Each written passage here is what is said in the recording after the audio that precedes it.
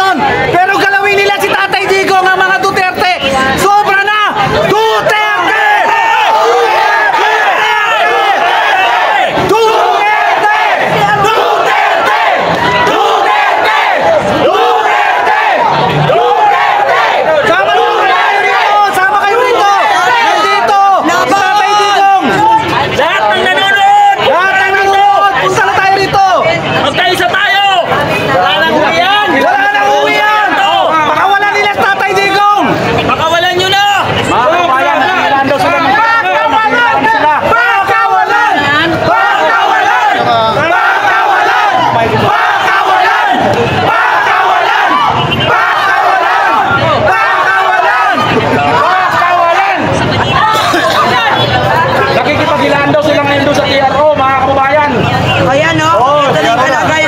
Nakikipagilihan sa TRO.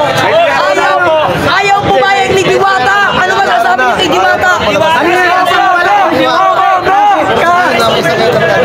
Paris over lang na. Ayat siya. Paninindigan siya pag hindi nagawa yun. Hintayin natin magpuntaan na yan. Bitin natin yan. Kasuhan yan. Pagka nakaupo na sa ipuntaw natin sa dagat. Ipakain natin sa pating. Diwata! Ipakain sa pating. Hindi ka kainin lang. Mga kapatid, tubig. Hindi ka kainin. Meron. Saan ka galing? Saan ka galing, kuya? Saan lugar? Manila ako, Manila. Taga Manila, si kuya pupunta dito.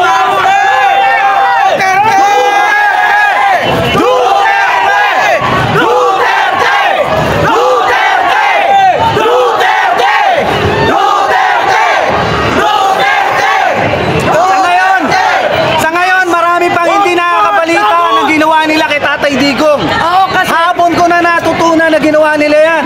Kaya nagmamadali ako papunta rito. ibig sabihin, news blackout pala. Oo, sa TikTok ko lang nalaman na si Tatay Digong inaresto nila ng walang warrant. So, nandito ako kagad.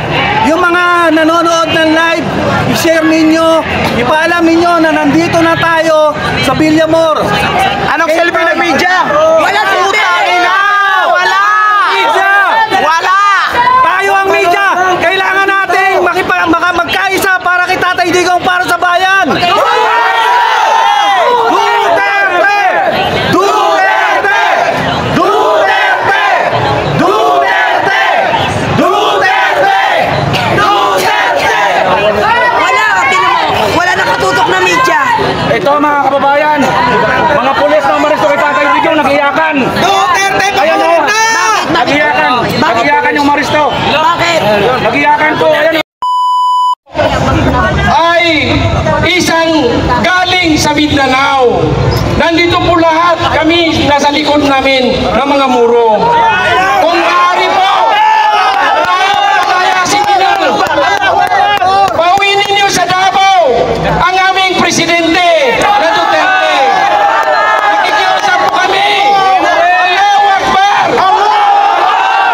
Kasi kung hindi niyo pauwi sa Davao, may mangyari. Mahal namin si Duterte, siya po ay may dugong muro.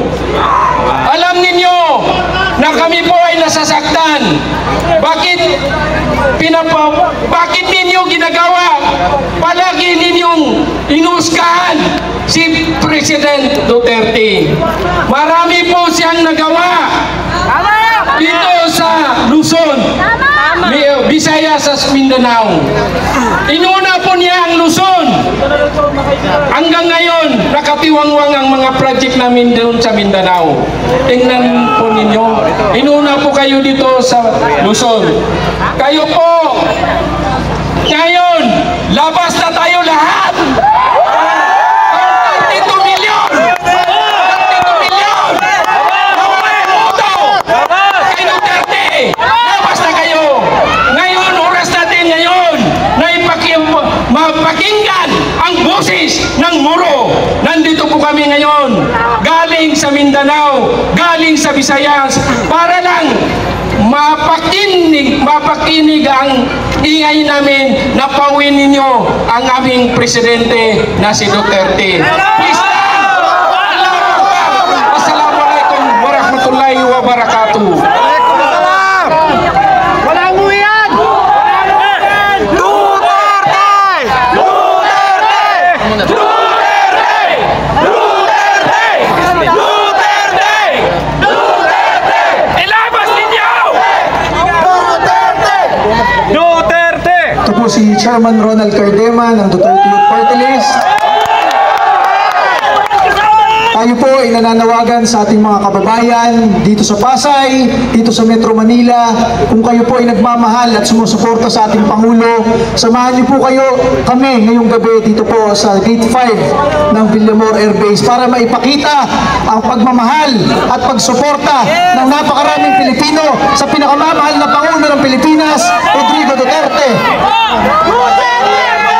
Sa ating po mga kasamaang pulis, alam natin, minamahal rin nila si Pangulong Duterte. Dinoble ng Pangulong Rodrigo Duterte ang kanilang sweldo. Tinulungan sila sa paglaban sa mga teroristang NPA. Kaya naiintindihan natin ang kanilang sitwasyon ngayon. Nandyan sila, pero kanina mayroong mga pulis na naiiyak dahil mahal rin nila si Pangulong Rodrigo Duterte. Kaya tayo po dito, tayo po ang magsalita para sa ating mga kasamaang pulis at sundalo na hindi makakilos ngayon at napipilitan lamang sa kanilang ginagawa. Tayo po ay nananawagan sa ating mga kababayang Pilipino na sumama dito sa peaceful gathering po natin para maipahayag ang ating pagmamahal sa isang Pilipino na ngayong gabi ay tinatangka ibigay sa mga dayuhan. Yung ICC na yun nga mismo ay tinanggihan ni Pangulong Trump ng Amerika. Binan sa Amerika. Bakit tayo? Ibinibigay pa natin mismo sa ICC ang isang kababayan natin. Hindi lang isang kababayan, isang Pilipino na naglingkod ng maayos, mahal na mahal ang milyong-milyong Pilipino. Ang kaisa-isang presidente ng Pilipinas na tinulungan tayo labanan ng mga terorista at kriminal at terorista ng NPA sa ating bansa.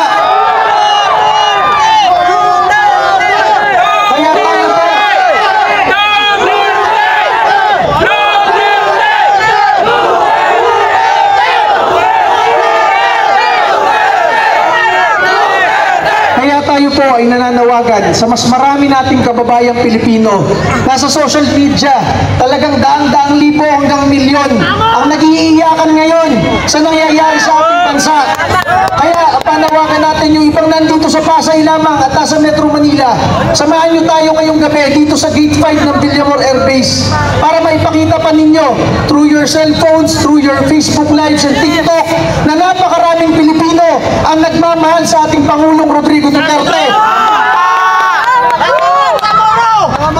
Sana po huwag nating hayaan na makalipad ang eroplanong iyon dahil baka hindi na natin makita si Rodrigo Duterte sa ating buhay.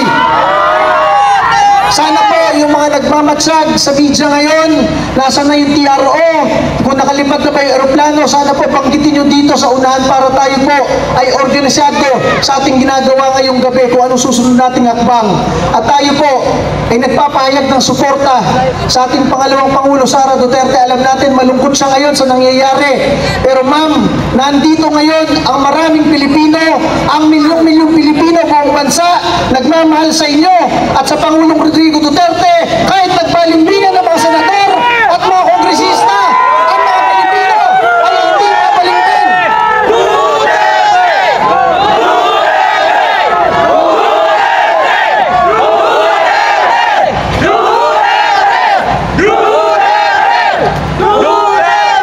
Panghuli na lamang, napakarami nagme-mensahe sa ating kanina. Mga opisyal ng PNP, mga opisyal ng AFP, lahat sila nagpapahayag na nalulungkot sila bakit ganito nangyayari sa ating bansa. Hindi lang sila makapagsalita. Ang ating Pangulong Rodrigo Duterte ngayon ay hawak ng PNP at nasa isang kampo ng AFP. Kaya ang masabi natin, sana po, samahan nyo kami dito sa isang peaceful gathering. Okay, interruption po. Mawalang galang po. Parating po ang ating VP ngayon.